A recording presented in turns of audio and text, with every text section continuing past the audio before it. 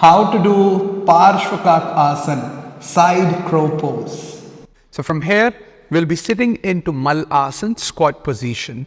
Make sure you're bringing your thighs in closer to each other. Most important, you need a bolster in front when you're reaching there. If in case you fall, you're falling on it. Okay? Now, extend your left arm up towards the ceiling. Get a good stretch in the sides of the trunk. And then you are getting a deep twist as much as possible you can, because this will decide your pose. Now, your outer knee is kind of going closer and closer to the shoulder area. Now from here, you press the palm on the ground, start lifting your heels and your buttocks away. Don't join your heel and buttocks together.